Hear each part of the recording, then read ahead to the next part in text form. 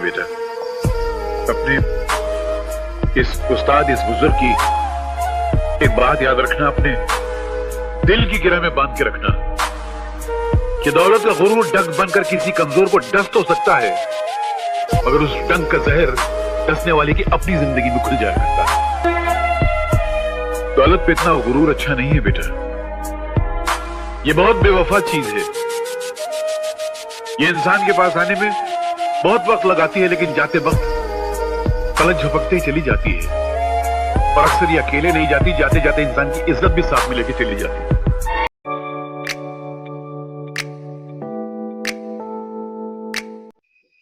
साला संसार में कौन भिखारी नहीं है? सब भिखारी हैं। हम पेट के भूखे हैं, रोटी के पीछे भागते हैं, इसलिए रोटी की भिखारी हैं। ये साले दौलत के चाहने वाले दौलत के भूखे हैं, इसलिए दौलत के पीछे भागते हैं, दौलत के भिखारी हैं। ये कुर्सी को चाहने वाले वोटों के पीछे भागते हैं, क्योंकि ये वोटों की भिखारी है। अपने मन से देखो तो संसार में हर इंसान हर घड़ी किसी न किसी चीज के पीछे भागता रहता है। हर इंसान किसी न किसी चीज का भिखारी है। तो सब कितना है कि कोई भिखारी जिसकी तकदीर अच्छी होती है वो अच्छाई बटोर लेता है, और जिसकी तकदीर खराब होती है वो बुराई बटोर लेता है। क्या माँ, गाली तो गरम गरम दे रही हो, चावल बासी दे रही हो। ऐसा चावल चूहे नहीं खाते, तुम मेरे को खिला रही हो। अरे चाचा, तू कहीं का महाराजा नहीं, भिखारी है भिखारी। तो क्या हुआ? इस संसार को चलाने के लिए राजा और भिखारी दोनों जरूरी हैं। राजा टैक्स लेता है तो भिखारी भीख लेता है। राजा महल में राज करता है तो भिखारी तुम्हारे दरवाजे पे आके फरियाद करता है। राजा इंसाफ करता है तो भिखारी बासी खाना साफ करता है। तुम्हारे दरवाजे पे आके अगर मैं भीख मांगता हूँ ना, तो तुम मेरे पे एहसान नहीं करती हो, मैं एहसान करता हूँ।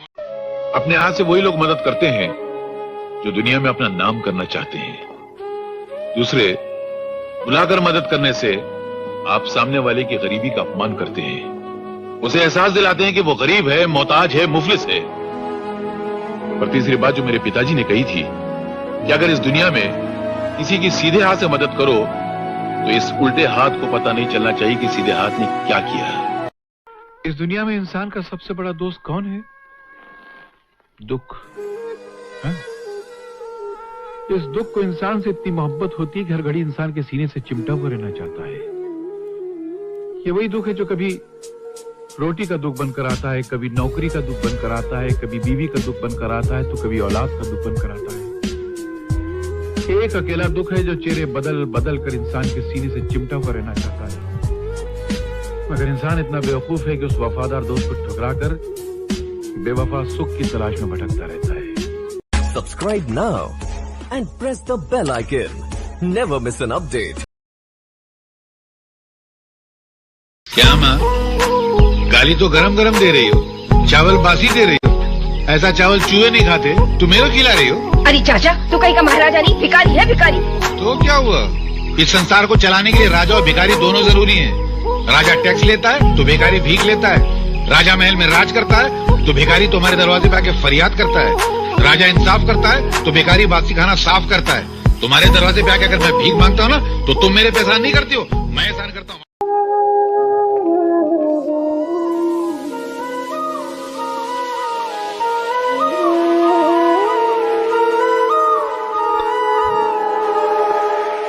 ये क्या बाबूजी, फिर प्याज और रोटी? सब्जी दाल खाना तो कई दिनों से भूल ही गए हैं आप। कई दिनों से आप चटनी रोटी ही खा रहे हैं। कहते हैं चादर जितनी बड़ी हो इंसान को पैर उतने ही फैलाने चाहिए, मगर मेरी तो चादर ही छिन गई है। मैं अपने हिस्से का खाना बहुत पहले खा चुका हूं। ये चटनी रोटी भी मैं अगले जन्म से कर्ज लेकर खा रहा हूं। मगर अफसोस ये है कि आत्माराम की ये बात उस वक्त समझ में आई जब घर की दीवारें गिर गईं, औलाद का आशियाना उजड़ गया। इस फकीर की एक बात याद रखना, जिंदगी का अगर सही लुत्फ उठाना है ना, तो मौत से खेलो। सुख में हंसते हो तो दुख में कह लगाओ, जिंदगी का अंदाज बदल जाएगा।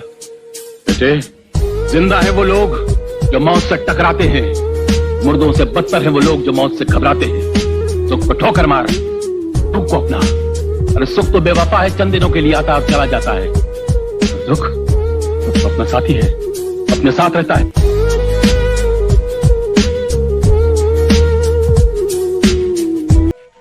बेवफा सुख की तलाश में भटकता रहता है। अरे सुख तो बेवफा तवाइफ की तरह है, जहां जिसके पास कल उसके पास। अगर इंसान दुख से दोस्ती कर ले तो फिर जिंदगी में कभी उसको सुख की तमन्ना ही नहीं रहेगी। जहां तक मेरे कंजूस में नहीं दूंगा।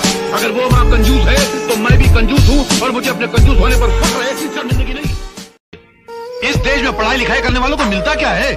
सारी जिंदगी माँ बाप की दौलत और मेहनत को बर्बाद करके लड़के डिग्री हासिल करते हैं। उसके बाद नौकरी के लिए ठोकरें खाते फिरते हैं। आधी जिंदगी पढ़ाई में गुजर जाती है, आधी जिंदगी ठोकरें खाने में गुजर जाती है। तो क्या फायदा ऐसा पढ़ाई हासिल करके?